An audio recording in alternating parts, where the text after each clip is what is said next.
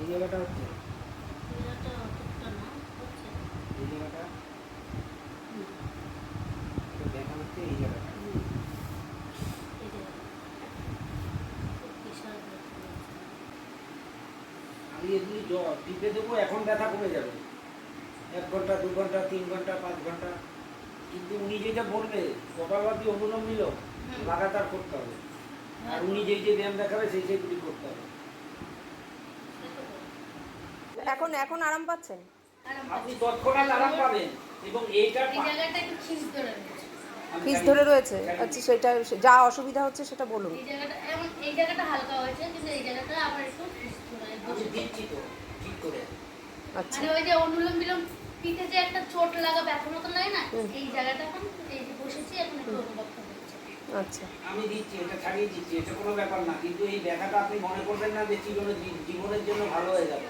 না, এটা হয়তো আপনার কয়েক ঘন্টার জন্য ভালো হলো, কিন্তু এইটা আপনি তখনই এইটার রেজাল্ট ভালো পাবেন যখন আপনি কপালভাতি অনুলোম বিলোম করবেন, হাঁটু ব্যথার যে সমস্ত ব্যায়ামগুলি আছে সেগুলি করবেন। আদারওয়াইজ হাঁটু ব্যথা করবে না।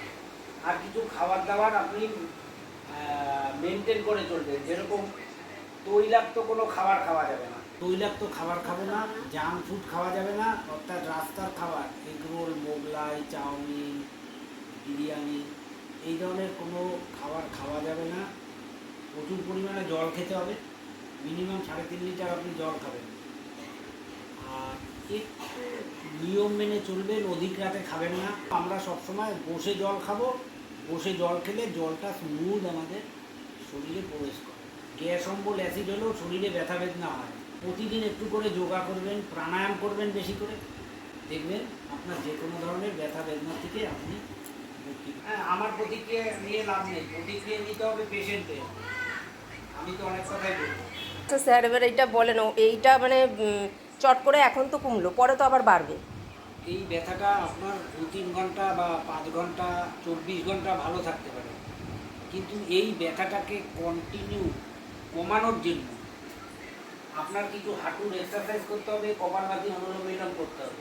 আপনারা এটা না করেন তাহলে কিন্তু পরবর্তী সময় আবার হাঁটু ব্যথা হবে। তাহলে ব্যথা এখানে নাই, না আছে অল্প। এইটা বেশি। এইটাই বেশি। এইখানে বেশি না এইখানে বেশি? এই কোন জায়গায়? এই জায়গায়? এই যে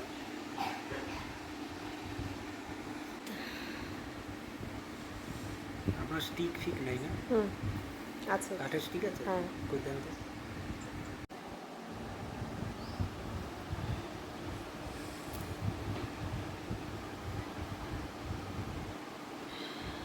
জল খাওয়াই নিলে এতক্ষণে ব্যথা কমে যেত। যখনই আকুপ্রেশার করাবো কাউকে, বুঝলেন তো, বলবেন 10 মিনিট 15 মিনিট আগে 2 গ্লাস 3 গ্লাস জল খেয়ে। আচ্ছা।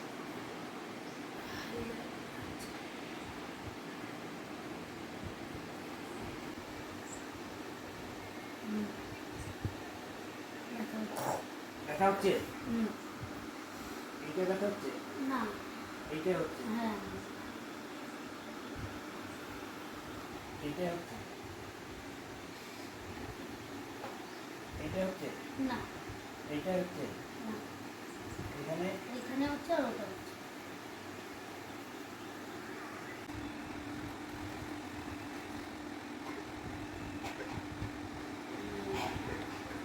এই? ব্যথা হচ্ছে? হ্যাঁ,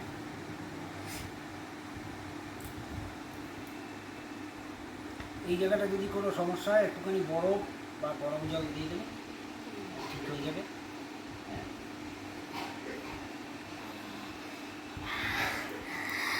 ও স্যার খুব লাগছে, খুব লাগছে, খুব লাগছে।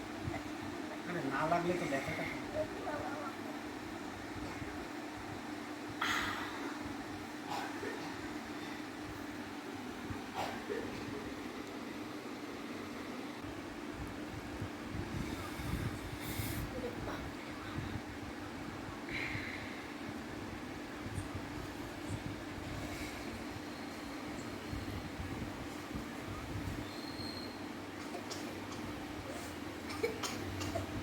ব্যথা হচ্ছে না?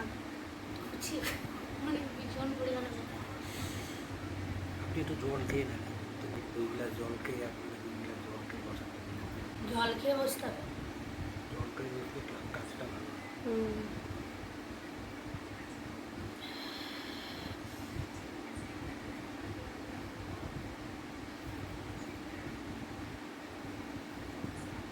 ফেটে যাওয়ার মতো।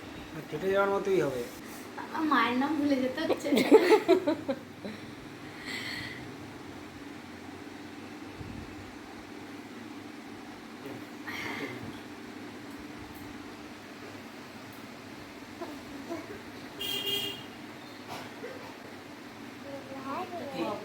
কম।